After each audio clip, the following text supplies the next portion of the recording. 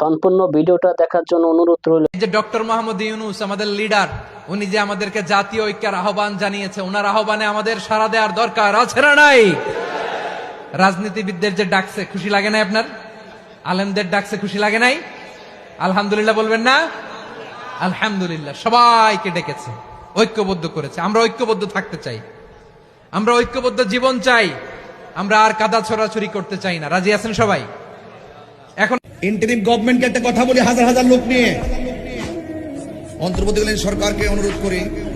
আমরা দেখতেছি 5ই আগস্টের পরে উনি দায়িত্ব নেওয়ার পর থেকে দেখলাম যে রাজনৈতিক সংলাপ যে হচ্ছে, সেই সংলাপে বৈষম্য।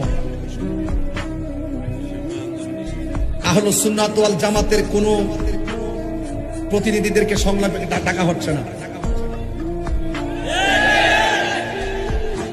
যদি এইভাবে দিন চলতে থাকে, আপনার চেয়ারে কিন্তু ভূমিকম্প শুরু হবে।